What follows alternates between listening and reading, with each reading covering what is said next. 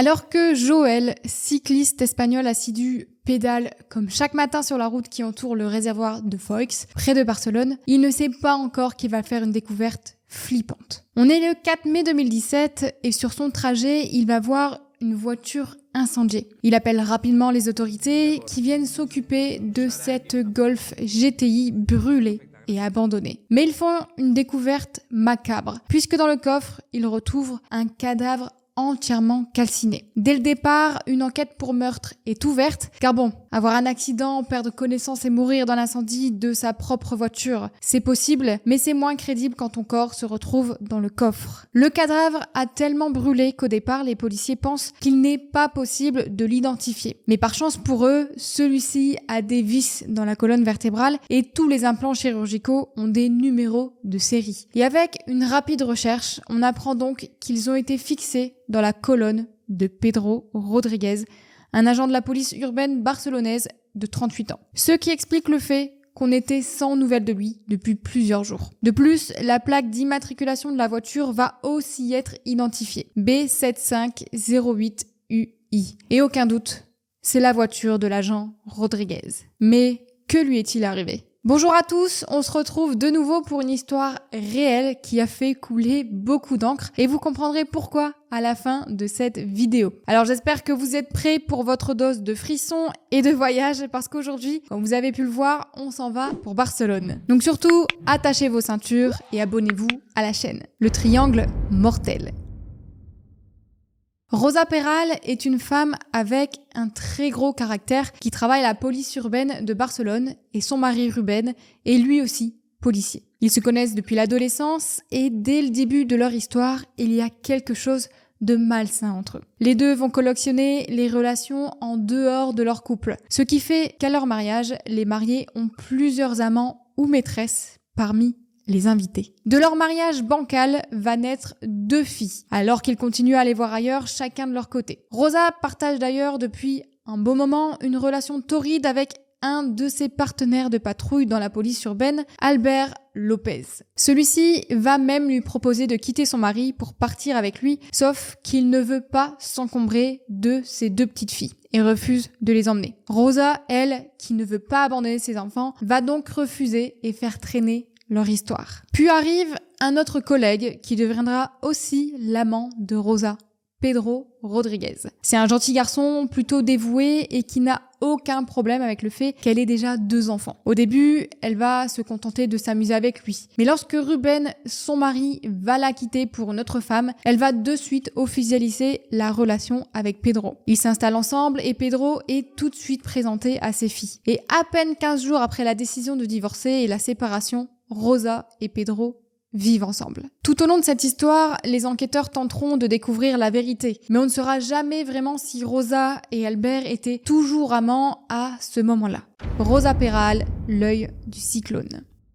Revenons en 2017. Très rapidement, la presse va s'emparer de l'affaire et les articles vont se multiplier. Bien sûr, vous vous doutez bien qu'une mort aussi spéciale et un cadavre de policier, toute l'Espagne en fait ses gros titres. Et c'est là qu'ils vont commencer à fouiller dans la vie de Rosa. Et les découvertes qu'ils vont faire ne vont pas jouer en sa faveur. Rapidement, les journalistes comprennent que Rosa se retrouve un peu trop souvent au centre d'affaires douteuses. Et sans compter ses nombreuses aventures qui sont maintenant officialisée dans les journaux. Et ça tombe d'ailleurs plutôt mal, parce que Rosa est en attente d'un procès. En effet, elle a eu une relation avec un autre de ses supérieurs, et visiblement, il a plutôt mal pris le fait de s'être fait plaquer. Et suite à ça, des photos de Rosa à caractère pornographiques vont circuler en masse. Alors bien sûr, Rosa pense tout de suite que c'est son ancien amant qui tente de se venger. Et elle va donc porter plainte contre lui, mais toutefois, lors du procès, elle n'arrive pas à prouver qu'il a fait ces envois et il sera donc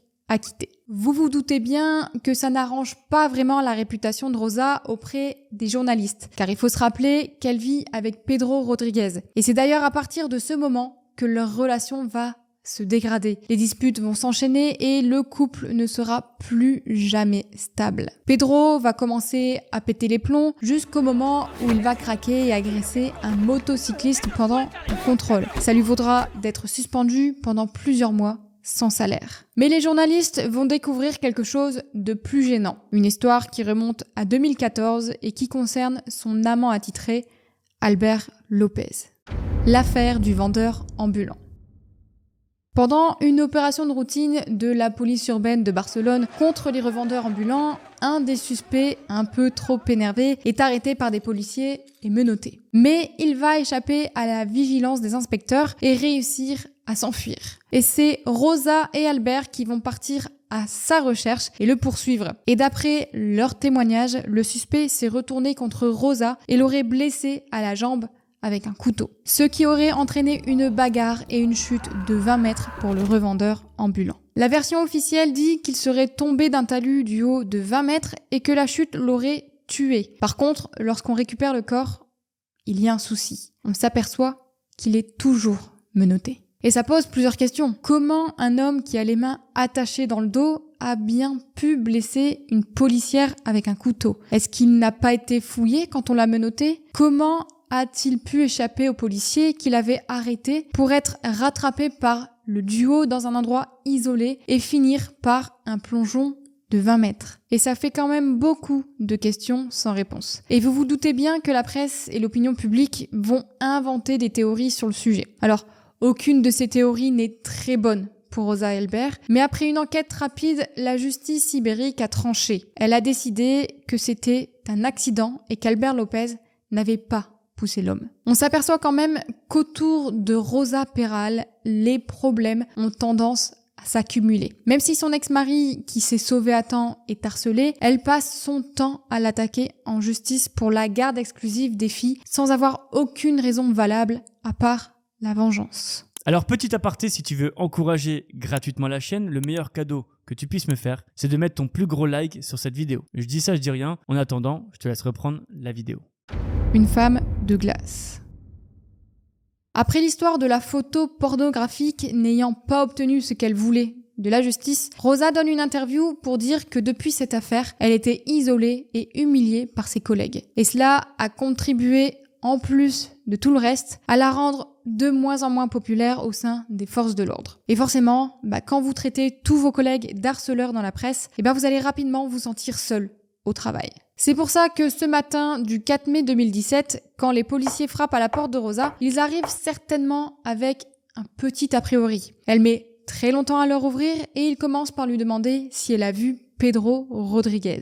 Rosa répond qu'ils se sont disputés quelques jours plus tôt et qu'elle ne sait pas où il est allé. Il se serait énervé et aurait quitté la maison. Rosa annonce ça aux enquêteurs sans la moindre inquiétude. Et ils enchaînent en lui demandant si Pedro a eu une opération récente du dos et s'il a eu des implants. Et elle va le confirmer d'un simple oui. Alors, sans être une spécialiste des enquêtes, mais si la police vient vous demander si vous avez des nouvelles de votre conjoint disparu et s'il a des implants dans la colonne, normalement, ça doit vous faire tic. Au minimum, vous enchaînez tout de suite avec des questions. Vous voulez savoir ce qui s'est passé, pourquoi vous êtes interrogé sur ça. Mais Rosa Peral, elle, n'en pose pas une seule. Les policiers lui demandent de venir tout de suite au commissariat, mais elle dit que ses filles sont là et qu'elle ne peut pas les laisser seules à la maison. Un des policiers lui dira alors de passer le lendemain pour faire une déposition. Elle hoche de la tête, toujours sans dire un mot, sans poser une question, et referme la porte. Pour les policiers, ça vaut tous les aveux du monde, et ils diront plus tard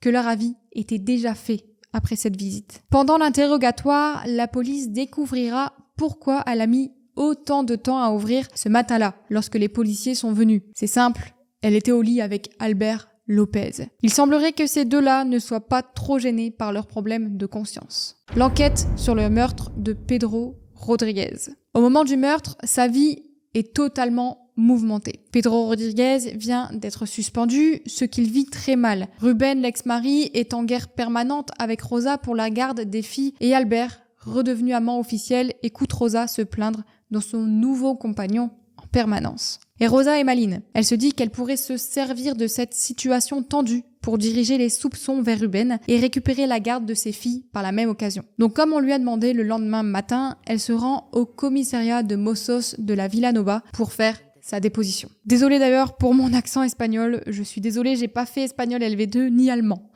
Elle va dire aux enquêteurs que Pedro Rodriguez s'est mêlé de sa dispute avec son ex-mari au sujet de la garde de ses filles. Elle dit même que Pedro a menacé de tuer Ruben et elle explique longuement que de nombreuses menaces ont été échangées par les deux hommes. Elle va aussi insister lourdement sur le mauvais état psychologique de Pedro depuis sa suspension. Et pour ajouter du poids à son mensonge, elle va montrer une discussion WhatsApp qu'elle a avec Pedro, soi-disant avant sa mort. Dans la discussion, Pedro est assez flou dans ses propos. Il dit juste qu'il va s'occuper de ses problèmes et qu'il ne veut pas y mêler Rosa. Et comme par magie, Rosa répond qu'il ne faut pas qu'il s'en prenne à Ruben. Alors qu'il n'a jamais parlé de Ruben, il a dit qu'il devait régler ses problèmes et pas ceux de Rosa. Car s'il avait parlé de Ruben et Rosa, c'était un peu trop tard pour ne pas les mêler à l'histoire vu qu'ils sont déjà en procès pour la garde des enfants. Et puis la suite des messages reste dans le vague, sans jamais citer Ruben, lui disant juste de ne pas s'en mêler. Et là encore, c'est elle qui ramène son ex-mari dans la conversation sans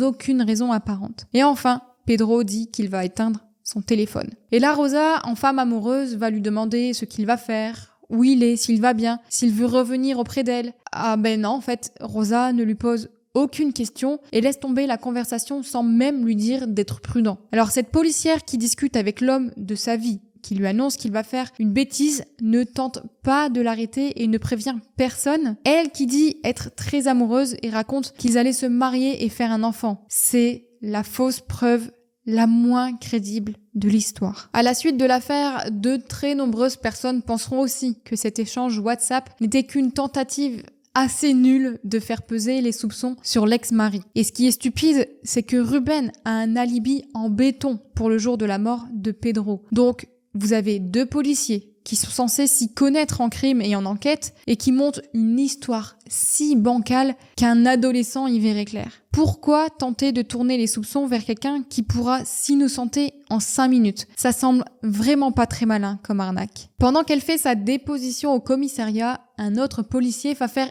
irruption dans la pièce et va simplement lancer « Et Albert Lopez ?» Il faut savoir qu'à ce moment-là, Rosa ne le sait pas, mais la police a vérifié les alibis de tous les suspects potentiels. Et les deux seules personnes à ne pas en avoir sont Rosa et Albert. Pour eux, il n'y a aucun doute sur leur culpabilité. Rosa Peral est visiblement un peu surprise par cette interruption, mais elle va reprendre rapidement ses esprits et expliquer qu'il n'est qu'un simple collègue avec lequel elle a eu une relation par le passé. Mais elle est policière, elle sait très bien qu'il n'a pas dit ça par hasard et que son mensonge est en train de s'effondrer.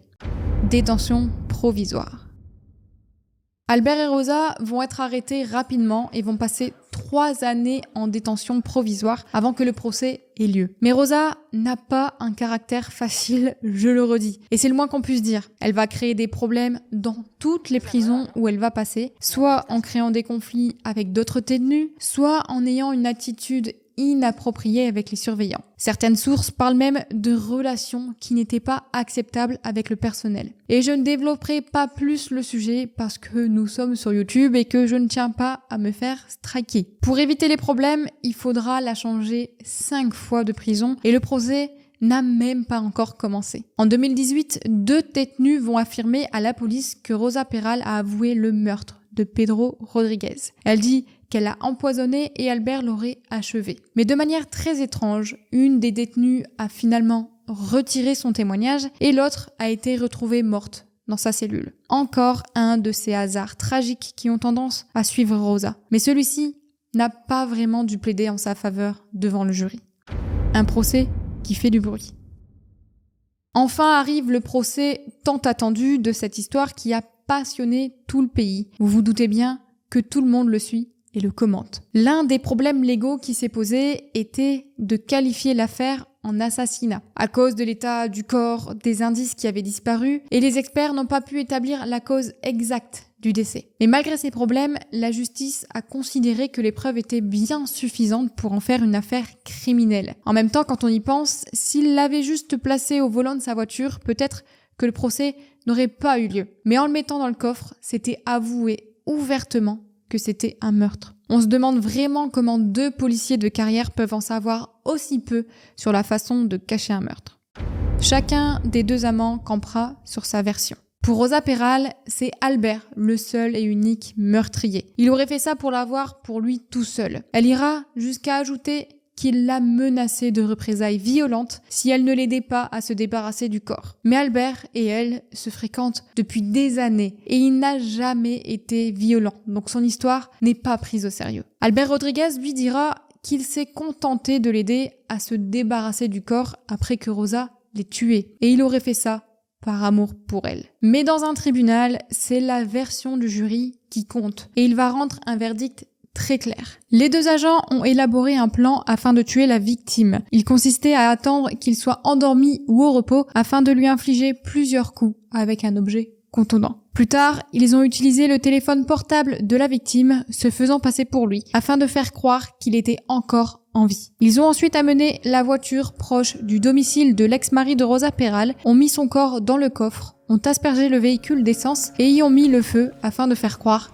qu'il était impliqué. La condamnation sera prononcée en mars 2020 après 3 ans de détention provisoire. Albert Lopez a été condamné à 20 ans de prison ferme et Rosa, à cause de circonstances aggravantes, a été condamnée à 25 ans de prison ferme. Et comme je le disais, cette histoire a fait couler beaucoup d'encre. Ça n'a pas manqué d'inspirer des auteurs. D'abord pour 2 livres, Toi seul Mora de Tony Muniez et 29 balles et Un mot d'amour d'Alfonso Herrera. Et maintenant, la nouvelle série événement Netflix, Dévorée par les flammes, qui, tout en prenant quelques libertés artistiques avec l'histoire, va raconter en 8 épisodes ce meurtre qui a choqué l'Espagne entière. Moi, j'ai voulu vous raconter cette histoire car c'est une histoire vraie, déjà de base, que c'est une histoire qui ne se passe pas aux États-Unis et ça change un peu, et aussi parce que j'ai hâte de voir ce que Netflix a pu faire de cette histoire. En tout cas, j'espère qu'elle vous aura plu. Si c'est le cas, j'attends toujours votre plus gros like et surtout à ce que vous vous abonnez à notre chaîne parce que ça nous pousse à vous faire de super sujets comme celui-ci. D'ailleurs, dites-moi ce que vous en pensez en commentaire. Juste là. Sur ce, je vous dis à la prochaine. Ciao, bisous!